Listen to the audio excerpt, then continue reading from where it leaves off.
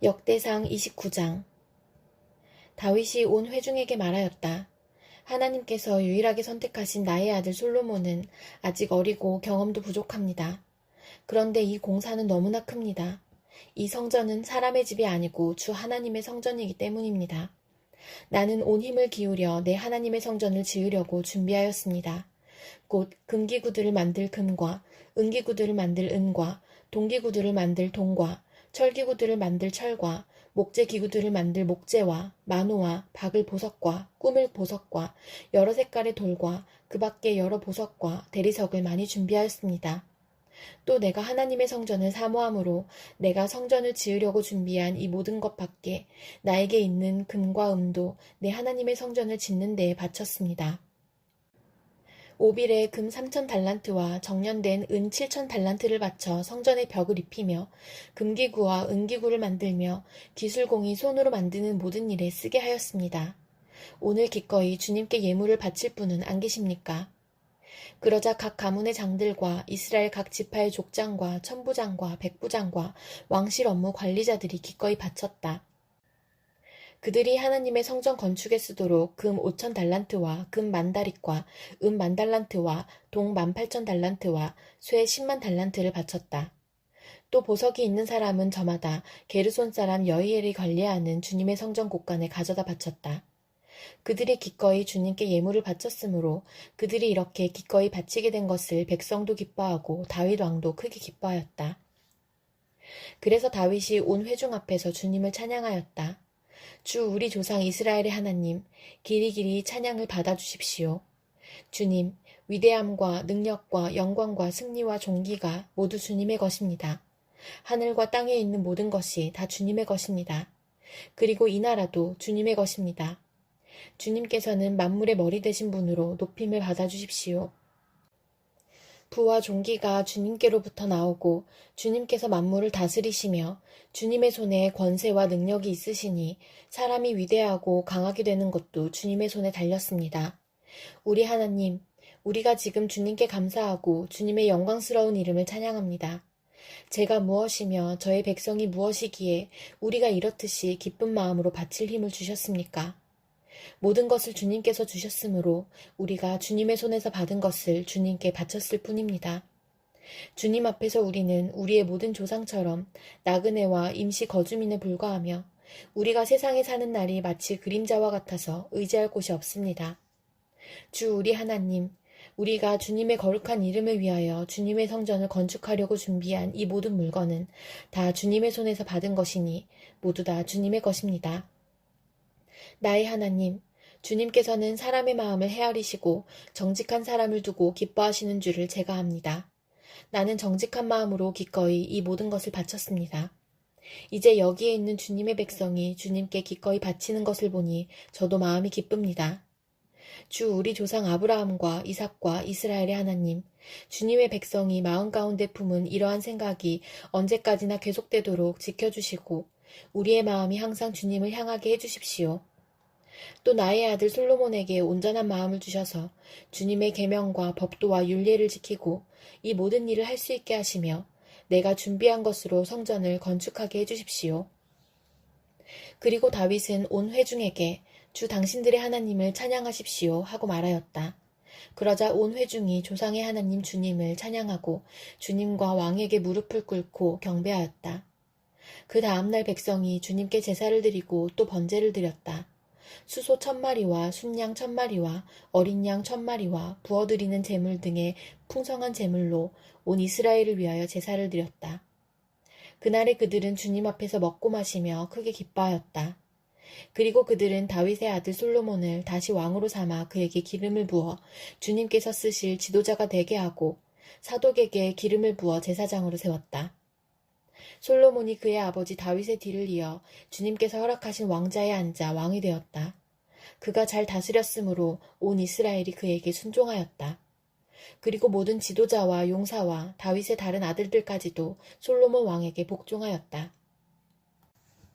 주님께서 온 이스라엘의 눈에 띄도록 솔로몬을 크게 높여주시고 그 이전에 어떤 이스라엘 왕도 누리지 못한 왕국의 영화를 그에게 베풀어 주셨다. 이새의 아들 다윗이 온 이스라엘의 왕이 되어 이스라엘을 다스린 기간은 40해이다. 헤브론에서 7해를 다스리고 예루살렘에서 33해를 다스렸다. 그가 백발이 되도록 부와 영화를 누리다가 수명이 다하여 죽으니 그의 아들 솔로몬이 그의 뒤를 이어 왕위에 올랐다. 다윗 왕의 역사는 처음부터 끝까지 선견자 사무엘의 기록과 선지자 나단의 기록과 선견자 갓의 기록에 다 올라 있는데 그의 통치와 무용담 및 그와 이스라엘과 세상 모든 나라가 겪은 그 시대의 역사가 기록되어 있다. 베드로후서 3장. 사랑하는 여러분, 나는 여러분에게 이 두 번째 편지를 쓰고 있습니다. 두 편지로 나는 여러분의 기억을 되살려서 여러분의 순수한 마음을 일깨우려고 합니다. 그렇게 해서 거룩한 예언자들이 이미 예언한 말씀과 주님이신 구주께서 여러분의 사도들을 시켜서 주신 계명을 여러분의 기억 속에 되살리려는 것입니다. 여러분이 무엇보다 먼저 알아야 할 것은 이것입니다. 마지막 때에 조롱하는 자들이 나타나서 자기들의 욕망대로 살면서 여러분을 조롱하여 이렇게 말할 것입니다. 그리스도가 다시 오신다는 약속은 어디 갔느냐? 조상들이 잠든 이래로 만물은 창조 때부터 그러하였듯이 그냥 그대로다. 그들이 이렇게 말하는 것은 하나님의 말씀으로 하늘이 오랜 옛날부터 있었고 땅이 물에서 나와 물로 말미암아 형성되었다는 것과 또 물로 그때 세계가 홍수에 잠겨 망하여 버렸다는 사실을 그들이 일부러 무시하기 때문입니다. 그러나 지금 있는 하늘과 땅도 불사르기 위하여 그 동일한 말씀으로 보존되고 있으며 경건하지 못한 자들이 심판을 받아 멸망을 당할 날까지 유지됩니다. 사랑하는 여러분, 이 한 가지만은 잊지 마십시오. 주님께는 하루가 1000년 같고 1000년이 하루 같습니다. 어떤 이들이 생각하는 것과 같이 주님께서는 약속을 더디 지키시는 것이 아닙니다. 도리어 여러분을 위하여 오래 참으시는 것입니다. 하나님께서는 아무도 멸망하지 않고 모두 회개하는 데에 이르기를 바라십니다. 그러나 주님의 날은 도둑같이 올 것입니다. 그날의 하늘은 요란한 소리를 내면서 사라지고 원소들은 불에 녹아버리고 땅과 그 안에 있는 모든 일은 드러날 것입니다. 이렇게 모든 것이 녹아버릴 터인데 여러분은 어떠한 사람이 되어야 하겠습니까? 여러분은 거룩한 행실과 경건한 삶 속에서 하나님의 날이 오기를 기다리고 그날을 앞당기도록 하여야 하지 않겠습니까? 그날의 하늘은 불타서 없어지고 원소들은 타서 녹아버릴 것입니다. 그러나 우리는 주님의 약속을 따라 정의가 깃들여 있는 새 하늘과 새 땅을 기다리고 있습니다. 사랑하는 여러분, 여러분이 이것을 기다리고 있으니 티도 없고 흠도 없는 사람으로 아무 탈이 없이 하나님 앞에 나타날 수 있도록 힘쓰십시오. 그리고 우리 주님의 오래 참으심이 구원을 위한 것이라고 생각하십시오. 그것은 우리의 사랑하는 형제 바울이 자기가 받은 지혜를 따라서 여러분에게 편지한 바와 같습니다. 바울은 모든 편지에서 이런 것을 두고 말하고 있는데 그 가운데는 알기 어려운 것이 덜어 있어서 무식하거나 믿음이 굳세지 못한 사람은 다른 성경을 잘못 해석하듯이 그것을 잘못 해석해서 마침내 스스로 파멸에 이르고 말 것입니다. 그러므로 사랑하는 여러분, 여러분은 이 사실을 미리 알고 불의한 자들의 유혹에 휩쓸려서 자기의 확신을 잃는 일이 없도록 주의하십시오. 우리의 주님이시며 구주이신 그리스도 예수에 대한 지식과 그의 은혜 안에서 자라십시오. 이제도 영원한 날까지도 영광이 주님께 있기를 빕니다. 아멘. 미가 6장. 주님께서 하시는 말씀을 들어라. 너는 일어나서 산 앞에서 소속 내용을 샅샅이 밝혀라. 산과 언덕이 내 말을 듣게 하여라. 너희 산들아, 땅을 받치고 있는 견고한 기둥들아, 나 주가 상세히 밝히는 고발을 들어보아라. 나 주의 고소에 귀를 기울여라. 나 주가 내 백성을 상대하여서 고소를 제기하였다. 내가 내 백성을 고발하고자 한다. 내 백성은 들어라. 내가 너희에게 어떻게 하였느냐? 내가 너희에게 짐이라도 되었다는 말이냐? 어디 나에게 대답해 보아라. 나는 너희를 이집트 땅에서 데리고 나왔다. 나는 너희의 몸값을 치르고서 너희를 종살이하던 집에서 데리고 나왔다. 모세와 아론과 미리암을 보내서 너희를 거기에서 데리고 나오게 한 것도 바로 나다. 내 백성아, 모압의 발락 왕이 어떤 음모를 꾸몄으며 부올의 아들 발람이 발락에게 어떻게 대답하였는지를 기억해 보아라. 시딤에서부터 길갈에 이르기까지 행군하면서 겪은 일들을 생각해 보아라. 너희가 이 모든 일을 돌이켜보면 나 주가 너희를 구원하려고 한 일들을 너희가 깨닫게 될 것이다. 내가 주님 앞에 나아갈 때에, 높으신 하나님께 예배드릴 때에 무엇을 가지고 가야 합니까? 번제물로 바칠 1년 된 송아지를 가지고 가면 됩니까? 수천 마리의 양이나 수만의 강줄기를 채울 올리브 기름을 드리면 주님께서 기뻐하시겠습니까? 내 허물을 벗겨주시기를 빌면서 내 맏아들이라도 주님께 바쳐야 합니까? 내가 지은 죄를 용서하여 주시기를 빌면서 이 몸의 열매를 주님께 바쳐야 합니까? 너 사람아, 무엇이 착한 일인지를 주님께서 이미 말씀하셨다. 주님께서 너에게 요구하시는 것이 무엇인지도 이미 말씀하셨다. 오로지 공의를 실천하며 인자를 사랑하며 겸손히 내 하나님과 함께 행하는 것이 아니냐. 들어라, 주님께서 성읍을 부르신다. 주님의 이름을 경외하는 것이 지혜다. 너희는 매를 순히 받고 그것을 정한 나에게 순종하여라. 악한 자의 집에는 속여서 모은 보물이 있다. 가짜 되를 쓴 그들을 내가 어떻게 용서할 수 있겠느냐? 틀리는 저울과추로 속인 사람들을 내가 어떻게 용서할 수 있겠느냐? 도성에 사는 부자들은 폭력배들이다. 백성들은 거짓말쟁이들이다. 그들의 혀는 속이는 말만 한다. 그러므로 내가 너희에게 견디기 어려운 형벌을 내린다.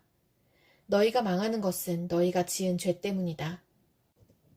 너희는 먹어도 배가 부르지 않을 것이며 먹어도 허기만 질 것이며 너희가 안전하게 감추어 두어도 하나도 남지 않을 것이며 남은 것이 있다 하여도 내가 그것을 칼에 붙일 것이며 너희가 씨를 뿌려도 거두어들이지 못할 것이며 올리브 열매로 기름을 짜도 그 기름을 몸에 바르지 못할 것이며 포도를 밟아 술을 빚어도 너희가 그것을 마시지 못할 것이다.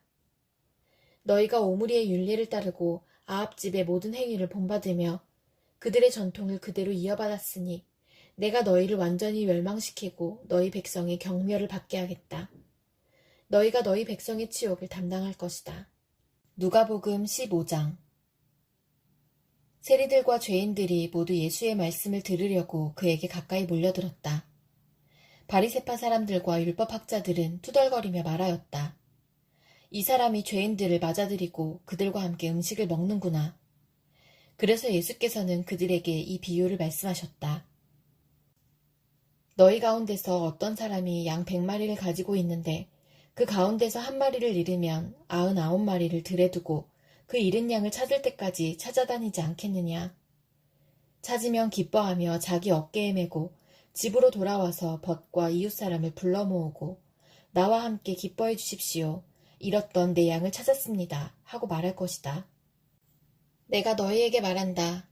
이와 같이 하늘에서는 회개할 필요가 없는 의인 99보다 회개하는 죄인 한 사람을 두고 더 기뻐할 것이다. 어떤 여자에게 드라크마 10잎이 있는데 그가 그 가운데서 하나를 잃으면 등불을 켜고 온 집안을 쓸며 그것을 찾을 때까지 샅샅이 뒤지지 않겠느냐. 그래서 찾으면 벗과 이웃 사람을 불러 모으고 말하기를 나와 함께 기뻐해 주십시오. 잃었던 드라크마를 찾았습니다. 할 것이다. 내가 너희에게 말한다. 이와 같이 회개하는 죄인 한 사람을 두고 하나님의 천사들이 기뻐할 것이다. 예수께서 말씀하셨다.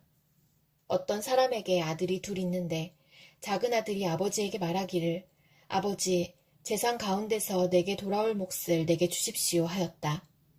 그래서 아버지는 살림을 두 아들에게 나누어 주었다. 며칠 뒤에 작은 아들은 제 것을 다 챙겨서 먼 지방으로 가서 거기서 방탕하게 살면서 그 재산을 낭비하였다. 그가 모든 것을 탕진했을 때에 그 지방에 크게 흉년이 들어서 그는 아주 궁핍하게 되었다. 그래서 그는 그 지방의 주민 가운데 한 사람을 찾아가서 몸을 의탁하였다. 그 사람은 그를 들로 보내서 돼지를 치게 하였다. 그는 돼지가 먹는 쥐염 열매라도 좀 먹고 배를 채우고 싶은 심정이었으나 그에게 먹을 것을 주는 사람이 없었다. 그제서야 그는 제정신이 들어서 이렇게 말하였다. 내 아버지의 그 많은 품꾼들에게는 먹을 것이 남아도는데 나는 여기서 굶어 죽는구나. 내가 일어나 아버지에게 돌아가서 이렇게 말씀드려야 하겠다. 아버지, 내가 하늘과 아버지 앞에 죄를 지었습니다. 나는 더 이상 아버지의 아들이라고 불릴 자격이 없으니 나를 품꾼의 하나로 삼아 주십시오. 그는 일어나서 아버지에게로 갔다. 그가 아직도 먼 거리에 있는데 그의 아버지가 그를 보고 측은히 여겨서 달려가 그의 목을 껴안고 입을 맞추었다. 아들이 아버지에게 말하였다. 아버지, 내가 하늘과 아버지 앞에 죄를 지었습니다. 이제부터 나는 아버지의 아들이라고 불릴 자격이 없습니다. 그러나 아버지는 종들에게 말하였다. 어서 가장 좋은 옷을 꺼내서 그에게 입히고 손에 반지를 끼우고 발에 신을 신겨라. 그리고 살찐 송아지를 끌어내다가 잡아라. 우리가 먹고 즐기자. 나의 이 아들은 죽었다가 살아났고 내가 잃었다가 되찾았다. 그래서 그들은 잔치를 벌였다. 그런데 큰 아들이 밭에 있다가 돌아오는데 집에 가까이 이르렀을 때에 음악 소리와 춤추면서 노는 소리를 듣고 종 하나를 불러서 무슨 일인지를 물어보았다. 종이 그에게 말하였다. 아우님이 집에 돌아왔습니다.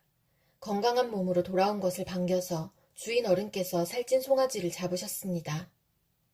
큰아들은 화가 나서 집으로 들어가려고 하지 않았다. 아버지가 나와서 그를 달랬다.